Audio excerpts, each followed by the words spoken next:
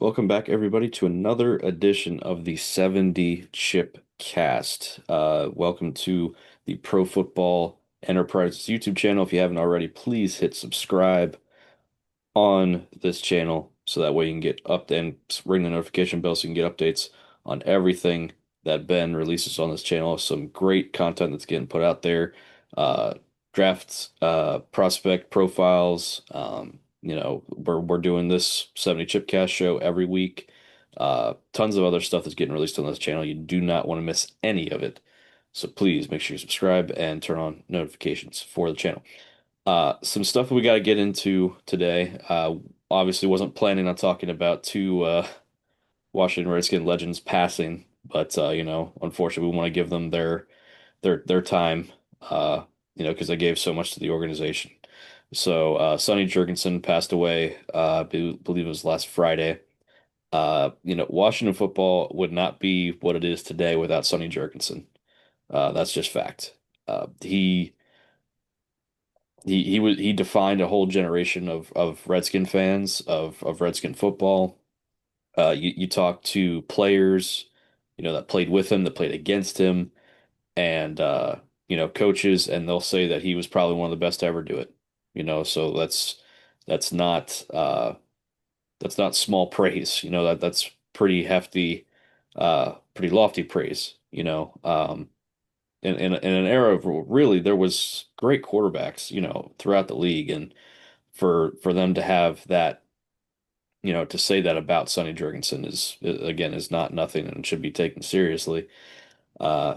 You talk to other people where I know I've said it before, maybe not on this show, but definitely on Odds On Favorite and other projects that me and you have done, Ben, is that Aaron Rodgers to me was the best throw of the football that I've ever seen in my life. Um, and people would say that about Sonny Jurgensen, the people that saw him play, that he was the best thrower of the football that they've ever seen. Some people say Dan Marino, I say Aaron Rodgers. People back then would say Sonny Jurgensen. Or I've also heard Johnny Unitas, but still, I mean, look at the picture of him. He's not a very athletic. He doesn't appear to be a very athletic guy, right? But he could sling it. He could sling with the best of them. So, Ben, I know this was probably before your time, but you know, do you have any, you know, you're a historian, just if not more so than I am. Do you have any memories of Jurgensen, at least calling games or anything like that? Because I know he was an announcer as well. He did a lot of good work with that. Any memories of Sonny Jurgensen or any things that you have about him? No direct memories as far as me personally, but yeah, as far as me studying a lot of these things and getting to enjoy go back and watch, the old film of watching these guys pass. You're right about him being one of the best passers ever, and it's a little unfortunate we've moved into a time here in our country where we only want what's new to be the best ever, and we kind of want to drop whatever happened a few decades ago, like it didn't exist. And a lot of that dang gummit extends from people who just don't want to study anything. If they didn't see it on their own TV with their own eyes, they want to act like it didn't exist. Well, it did exist, and Sonny Jurgensen was one heck of a passer, and this was back in the day when the running back was still, the main force, right? The driving force for most NFL teams. And he hit the 3,000 yard passing club in several seasons, and he did that in, a 13 and 14 game season, and it really shows you the NFL is a different game today, but it was still a heck of a game. It was tougher then as far as being able to talk coaches into throwing the football a lot. It was also tougher with what these defensive players could do to you on any play, man. You talk about smacking you in the head, diving at your knee. I mean, landing on you, crushing your shoulders. I mean, you had to be one tough SOB to even play the position, but he wasn't just that. He was a heck of a passer. And you're absolutely right about him being one of the best ever. And I do tend toward the Marino and Unitas group myself. But man, this guy being able to pass the football and help both unfortunately the Eagles as well, Right, yeah. but Yeah. being able to help Washington as well. So he had a heck of a career, man, one of the all-time greats. And it's unfortunate, I realize nobody can be caught up on all these players, right? From all the many decades gone by, but this guy deserves to be talked about. When you start talking about the best passers ever, he's up on that list somewhere. Yeah, and Vince Lombardi had high praise for him, in the one season that he coached here. He even thought like, hey, I'd have won more he probably would have won more Super Bowls here if he had Sonny as his quarterback. Yeah. Um, and during his time in Green Bay, many players thought that. Even Bart Starr himself said, "Yeah, you're probably right." So, and again, without Sonny, you know, uh, Washington football would not be the same. I mean, there was the controversy when you get the younger guys like Billy Kilmer that come in, when Sonny was out hurt, and there's the quarterback controversy, and the city was divided, and it's like, are you Team Sonny or Team Kilmer, and it kind of made things interesting for football. It raised a whole generation of fans that way, and it was that way for a long time, for several seasons. The players, they loved Kilmer.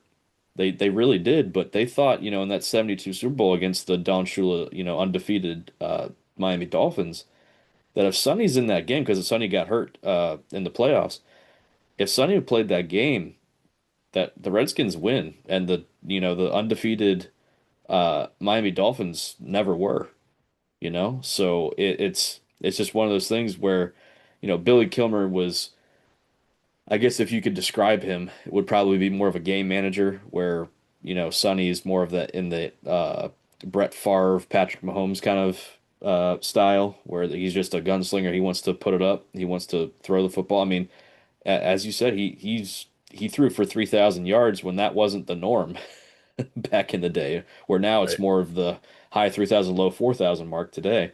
Right. He threw for 30 touchdowns twice during the time where throwing the football was not a thing that you did a lot. Um, and he played for legendary coaches, Vince Lombardi being obviously the most famous one, but then George Allen. He couldn't stand George Allen, and George couldn't stand him either. Uh, because Sonny wanted to throw the football, and George was like, let's play defense and run the football. Right. And the funny part is that was when the team was most successful, is when George Allen was the coach, and Sonny had to take back seat. But I mean, it was a constant butting heads and so forth. Uh, from what I hear and what I've been told, what other players have said. Um, but again, it's just a massive part of our history, of our team's history, and a Hall of Famer in our Ring of Fame. Jersey that number 9 will never be worn again in a Washington uniform. Uh, so again, very sad, but a very legendary career, even broadcasting career. I've been told that a lot of fans, they would turn the game on television, mute the TV, and then turn on the radio broadcast because Sonny was on commentating on the games. Him, Sam Huff calling the game. So a legendary part of this franchise, unfortunately gone. It's always sad to say goodbye. And, if we're fortunate to live long enough, we too will get old and pass away, and it doesn't make it easier. It's just part of our existence on this planet. My final thought on Sonny here, a lot of you do in our audience, you do go back and you watch things and you read things from previous generations. And I encourage you just hop on YouTube, man, and do Sonny Jurgensen highlights if you don't want to do anything else. But it's there's so much available. Go back and do a Redskins documentary from Sonny's time period and just enjoy the history there. Or go back and pick out a year and look at some of the games from Sonny playing and just watch the texture of the NFL at the time, what they were doing and what they weren't doing. And read a book, go get a book about Sonny Jurgensen, and read about that. There's so many good stories. Again, no one can know all the stories and no one can know all the people. But if you like this kind of thing, there's so many stories and people involved and Sonny Jurgensen, centered. Um, it's really worth the time if you'll take some time to do it. Yeah, I mean, go read about it. I mean, or just go listen to the interviews from the past several days. Where in one quarterback room it was Sonny Jurgensen, Billy Kilmer, and Joe Theismann in the same room. You know, Uh, just and they neither him or Kilmer could stand Theismann, because Theismann was the young hot shot that wanted to play, and those two had been battling at it for so many years. Um, and then like you said, watch the tape. Watch this guy throw a 20-yard pass downfield behind his back. If Patrick Mahomes did that today, can you just imagine the internet would explode if It Patrick would. Mahomes threw even a pass behind his back or even attempted one? I mean, how many millions of views did that one play get that it wasn't even a play because it got called back because of a penalty? I mean, Right.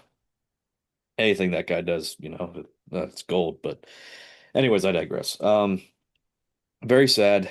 Uh, But like you said, if you don't know who this guy is or you don't really care to know, well, first of all, shame on you. You should know why things are done now a certain way, and where all these concepts and all these legendary players came from, how they paved the way for all these new schemes and all this fancy stuff. It had to start somewhere, and it wasn't all this creative stuff. It was very, by today's standards, probably barbaric, in thinking and philosophy and in thought. But that was cutting edge stuff back in the 60s and 70s. So just brush up on your history a little bit if you don't know. It doesn't have to be Sonny. It can be anybody. It can be Johnny Unitas. It can be Joe Namath. It can be any of the greats from back in the day. We talked about him last week, I believe, on Odds of Favorite. All those, legendary Pittsburgh Steelers players on those 70s teams. And the Cowboys, how there was like probably 11 Hall of Famers playing in those Super Bowls that they played against each other.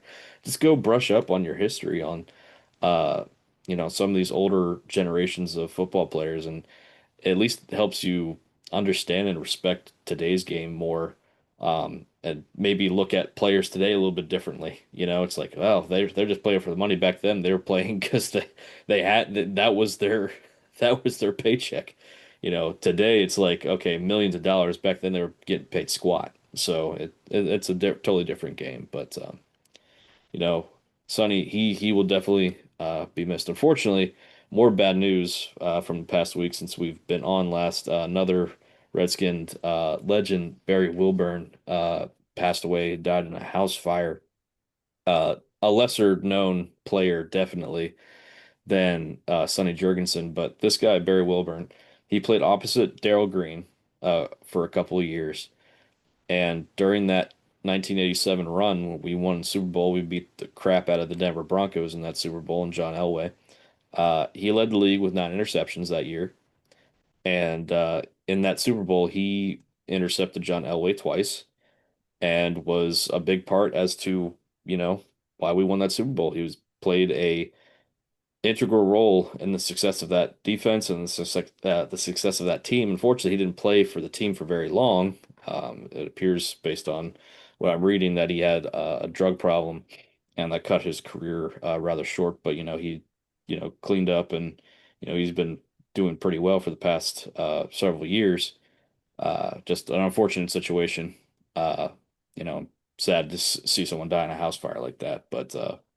Definitely another player that played, again, integral role in the success of the team and definitely will be missed.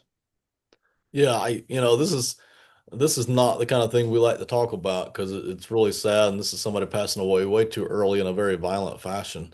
So my heart really goes out to the family on this one because I want to see everybody die of old age, right? That's what we want. But for Barry here to be passing away this soon, and in such a terrible way, my heart really goes out to him and the family as they're having to deal with this. It's a real tragedy. So I hate that part of it. But if we can dwell on the player side of it for just a second, you're right, man. He made, I think, the All-Pro team in 1987. And, for being able to, it's hard to kind of imagine, but we all know it's true. Most players never even get a chance to play in a Super Bowl, right? And certainly, even if you play in one, you don't usually really get a chance to make your mark. Well, he did, you know. He had a huge game on top of a huge season.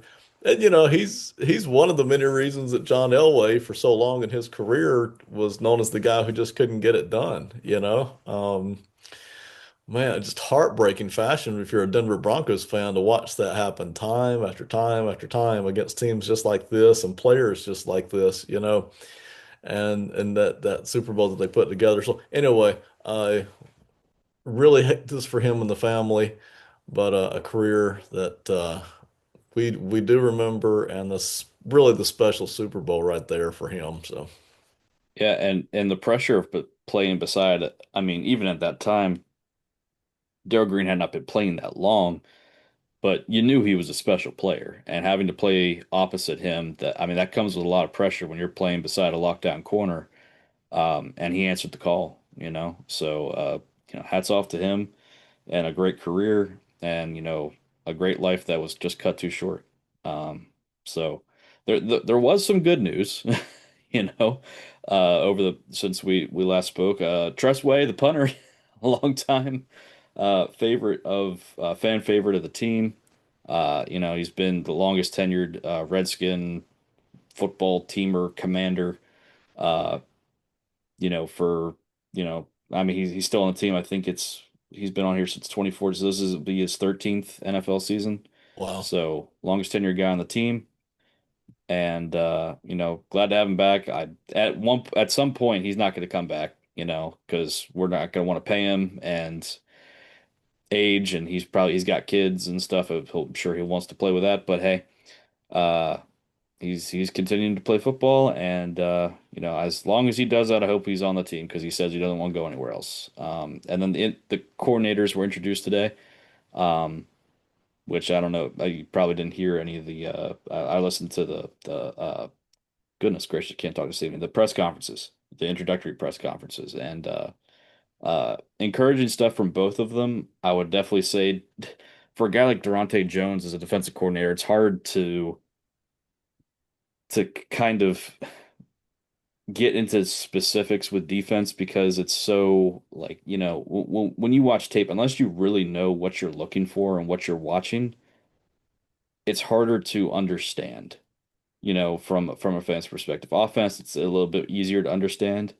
You can watch the all 22 and kind of understand the route concepts and everything. Defensively, maybe not so much because it's like you don't know whose assignment is who. You don't know what the responsibilities were, the secondary or the linebackers, or anyone on defense. Whereas offense, it's a little bit more straightforward.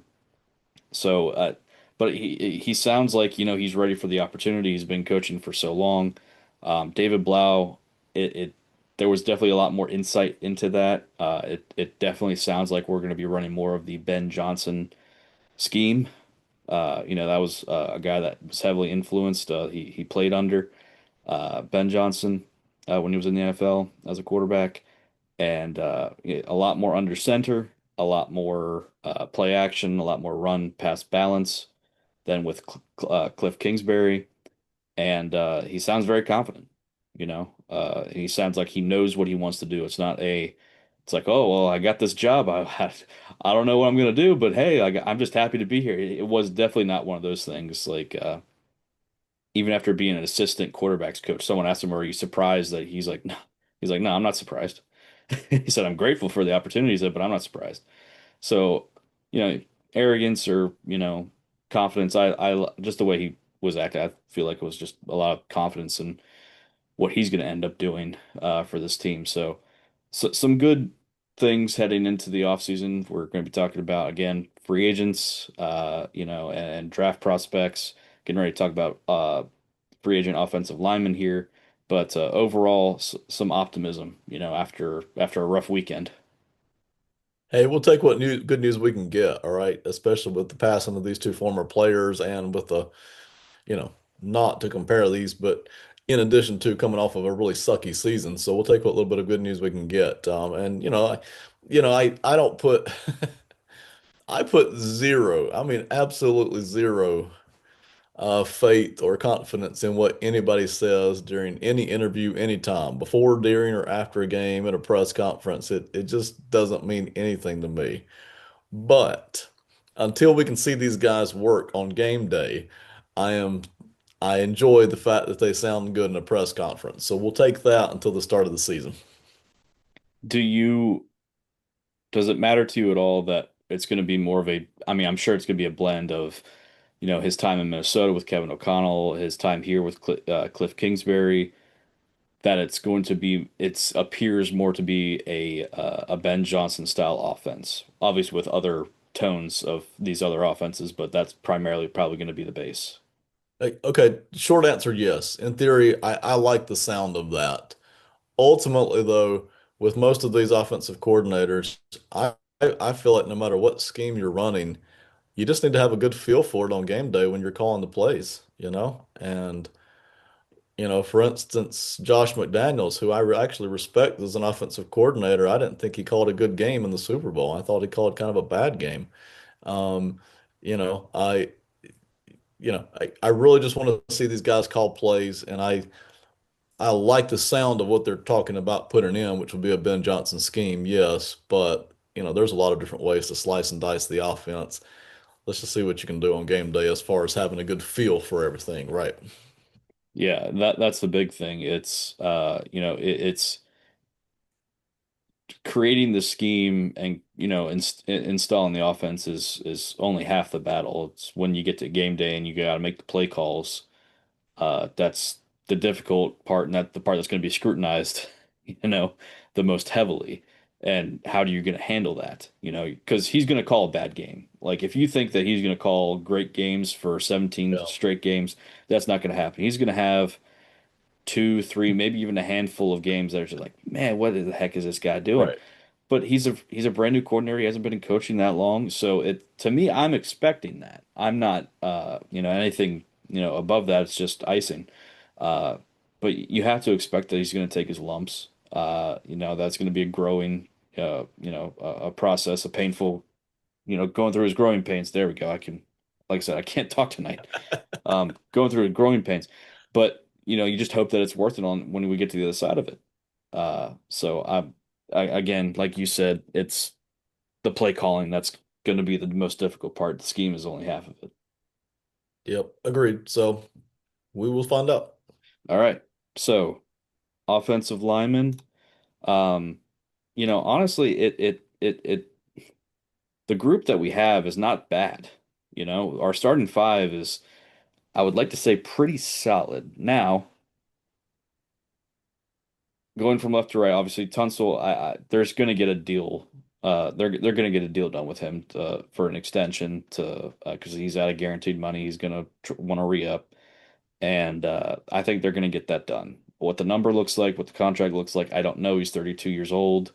Um, he played probably his best season in a while last year. It just wasn't really recognized because of how bad the team was. But statistically speaking, he had one of his best seasons as a pro. So he's going to want to get paid, and they're going to have to pay top dollar uh, to keep him around. But I'm pretty confident that's going to get done. Then you got Chris Paul, who was also a free agent. He was a seventh round draft pick on a previous regime. He got his opportunity last season, and he stepped up in a big way. And he played, I would like to say he played pretty well.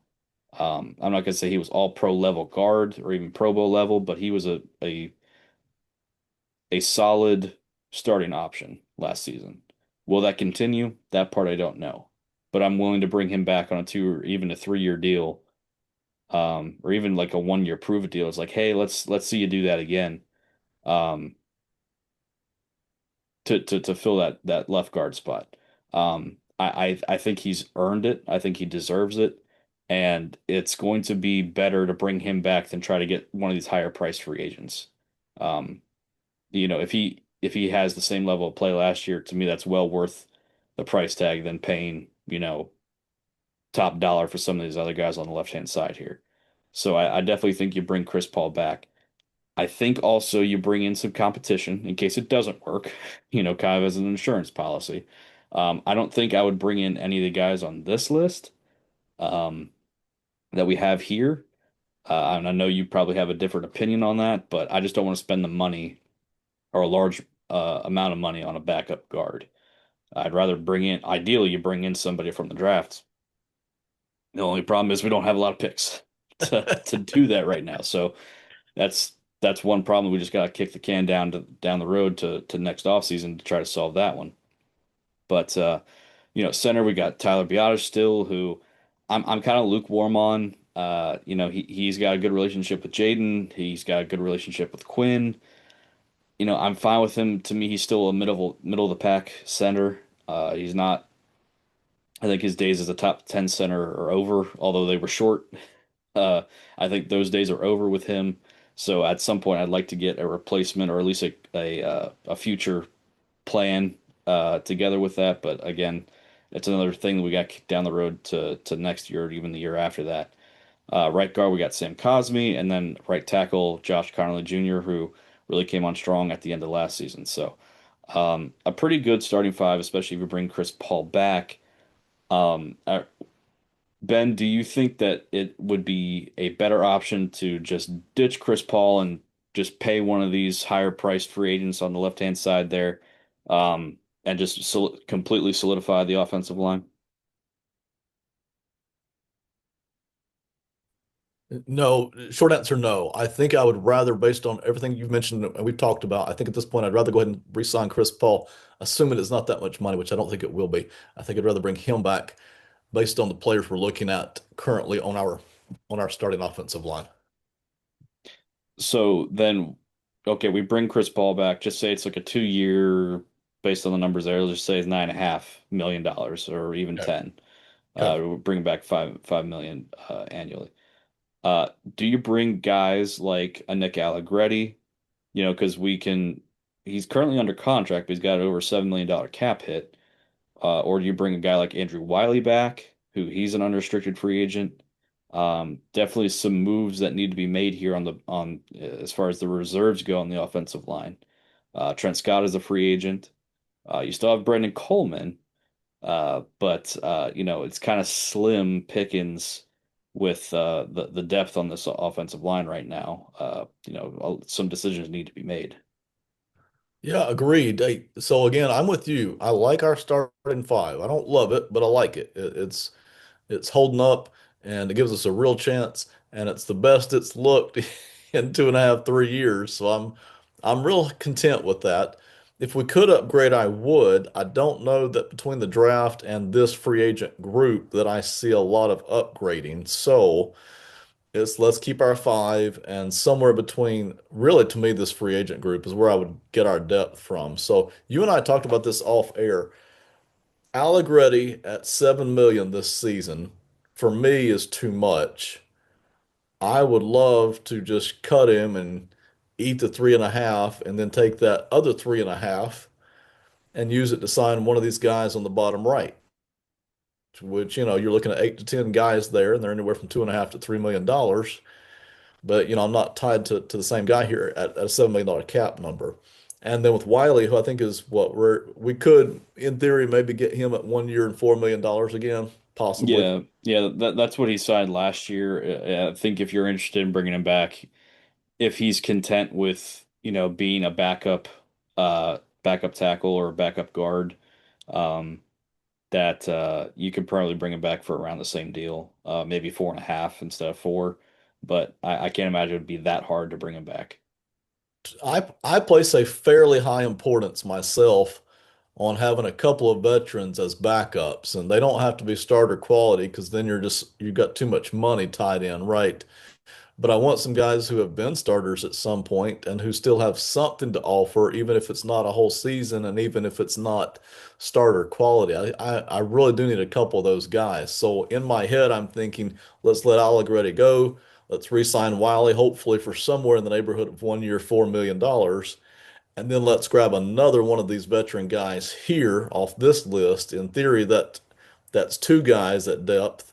And then in theory, we could draft a guy, but we ain't got too many draft picks. So I don't know about that. We may be doing the free agent rookie route for more depth, but that's not real depth because generally speaking, the quality isn't there and the experience sure as heck isn't there. So that I think would be my approach for what you're talking about. Yeah, it would be mine too. Unfortunately, I do like Brandon Coleman. I have liked him since we drafted him. Now, whether you want to consider him tackle depth or guard depth, I think he can do both. He was our primary swing tackle last year. I think he did a pretty decent job at it. He filled in for Tunsil pretty nicely when he had went out with injury. So I don't think that getting a swing tackle or getting that primary backup is of the highest priority because I think Coleman can handle that for the next 2 seasons. Now, again, as far as Wiley goes, I would bring him back if possible. Ideally, you get someone cheaper, but I just don't think that I think the quality severely drops, if you're not willing to spend that. And I'm willing to spend that. Yes. We have a lot of spots to fill, and I understand that we got to be wise with where we're putting our money to. But I think bringing Wiley back for round four is just as good, if not a better solution than bringing in one of these guys at a lower number. Again, you get what you pay for, right? So, is Wiley great? No, by no means. But he is solid, and there's some continuity there. There's some familiarity there, so I would keep him for that number. And then, as you said, bring in one of these lower guys, maybe even a guy that's lower on this list that just isn't here that's not visible right now. So I think that's the best option. I don't want to entertain bringing in one of these high price free agents. Yeah, as far as what you're talking about, which is the depth or hey, the fifth starter kind of idea. Yeah, I agree. Who's down here? Spencer Burford would be a guy if the money didn't jump too bad that I would think about, but the money might be too big for us, right? Robert Jones sitting there wouldn't be a bad, if we could get him at low money, right? Wouldn't be a bad kind of a depth guy that in theory might could compete for a starting spot in theory. So I like those kind of guys for what we're talking about. Now, if this were a computer simulation, and it's not, so I'm not suggesting we do this, but if this were a computer simulation, one upgrade, to me, the best offensive lineman on this board would be Tyler Linderbaum at center. And, obviously we're not going to do that, but, be honest, you've already mentioned more than once either drafting a potential down the road replacement or even tonight saying like, well, his top 10 days, his top 10 center are probably over. And I agree. Number is 8, so you're just not going to save hardly anything. It's not really worth cutting him. In theory, though, if we were to sign Linderbaum, the you could let Biotish go as a P61 cut and basically more or less spread the $8 million dead cap hit over 2 years, not one. But it would be an upgrade because Linderbaum is going to be 26 by the time next season starts. And he's a heck of a center. His pass blocking is decent, not great, but his run blocking is very good. And he would be a definite upgrade there at center. I liked Linderbaum coming out of the draft. I liked him even better than I thought he would at the NFL level. I don't know that he's even going to be available, but that would be on computer, right? In a computer simulation world where you're just pushing buttons, that would be an upgrade, and you would get younger. And, it's going to cost you some money, but, you're starting to now piece together a real offensive line, not just a solid one, right? So, Hmm. not recommending that, but that is just food for thought. Yeah, I believe he was out of Boston College, right? Linderbaum was In my head, it was Iowa. Iowa. Okay. Um, I remember us that he was in consideration because Linderbaum was a first round pick, if I'm not mistaken. I remember him being in consideration for the pick that we had, whatever year that was that he had come out. So I just can't imagine if that cap number is even close to what that is based on what we're paying Tunsil, what we're paying Cosme, and then we're gonna have to pay Linderbaum as well, that kind of money. I mean, I get it solidifies that position because it would probably be a 4, even a 5 year deal potentially for Linderbaum to really lock this guy up for the next several seasons. I just can't fathom paying that much for the center position. I know it's an important position. I completely understand, but that's just a lot of money tied up on the offensive line. Not say it's not important. It's a very important group, but based on everything else that we need, again, I hate to do it, but I'd just rather kick the can down the road. We are not looking for other starters necessarily. It's just not our biggest need. But if you're somebody out there, you're a team that is looking for some kind of some mid-level starters to work in here. There's actually several guys. I think I like this free agent group here, these offensive linemen, better than all the other free agent position groups we've looked at so far. They look a lot thinner to me than this one. But just working our way down the list here. Braden Smith has not been great. If you can get him down on that price, then he can come in and play tackle for you for a couple of years, right tackle. You move on down. Elijah Vera Tucker might be the most talented guy on this list, but he can't stay healthy. So if you could sign him to a cheap 1 year deal and you actually get him healthy for a year, he's a heck of a player, incredibly talented. Cade Mays is a guy that doesn't get much attention for the Carolina Panthers, but you talk about a guy that can plug in and play some solid center. I don't think the deal would cost very much. I really don't. I know he's got that 12.2 sitting there, but I don't think that would be a tough deal at all. Even moving down, if you want a couple of just big guys to eat space, Daniel Alele there at guard, about halfway down the list on the left side, would be a space eater. And same thing for Trevor Penning. Again, these are guys that have not hit the way everybody hoped they would, but just very large guys.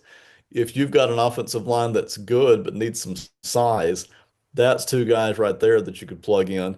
Isaac Suamalo is not the player he used to be, but still, you talk about a crafty guard working his way in there. If healthy, you can get something there. John Simpson over here on the top right hand side for me. Tremendous player as far as being able to add some depth and maybe compete for a starting spot. Not as good as everybody thought he was 2 years ago, but again, a guy that offers something.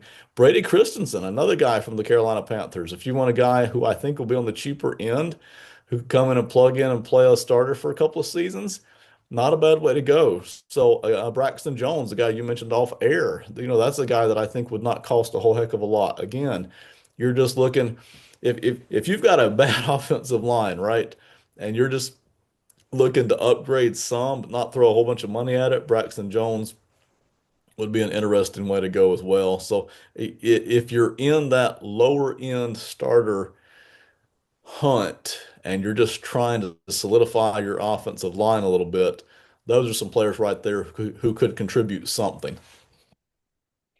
Yeah, based on your comment a few minutes ago, this does seem like a deeper group than most of the free agent groups, position groups out there right now. So it's good to know because that typically will just drive the price down on some of these lower end guys. So which would help us a good bit. But we'll see what happens. I'm optimistic that they're going to get this figured out. Two names that I did mention, yes, Braxton Jones, also Evan Neal. Look, these guys were drafted high for a reason. Yes, have they not lived up to expectations? By no means have they, right? But if you're looking to, get some insurance, and you want some youth, you're trying to, because good Lord, we need some youth on this team, especially along the offensive line. We don't have a lot of it outside of Connerly. Bringing in a guy like Evan Neal or Braxton Jones as projects, or as like, hey, we'll get this guy in spots, or bring him on the field as an extra offensive lineman. I'm fine with that. Let him sit, let him grow, let him keep learning. I'd be fine with that. The only problem is, are they going to want to, Jones and Neal, are they going to want to try to step in and compete somewhere? That would be the only problem uh, that you might face with that. But again, they were drafted high for a reason. They have the talent. They have the skill. They just got to develop it.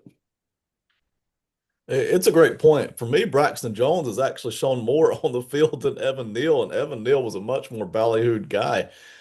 I figure Braxton Jones cost you more. But on the Evan Neal thing, I think that's a great idea. The potential and the athleticism is all there for Evan Neal. Whether you want to call him a tackle or a guard, maybe you figure it out when you get him in camp. I think he would actually cost a good deal less than that whatever that 4 point whatever number is right 4.3, there. yeah. I think because that's probably the last year of his rookie contract. It's probably why it's even there. I think he would cost a good bit less than that. There's no way anybody looks at him and wants to throw big money at him. So yeah, heck yeah. I think, bring him in as your, seventh or eighth guy on the team.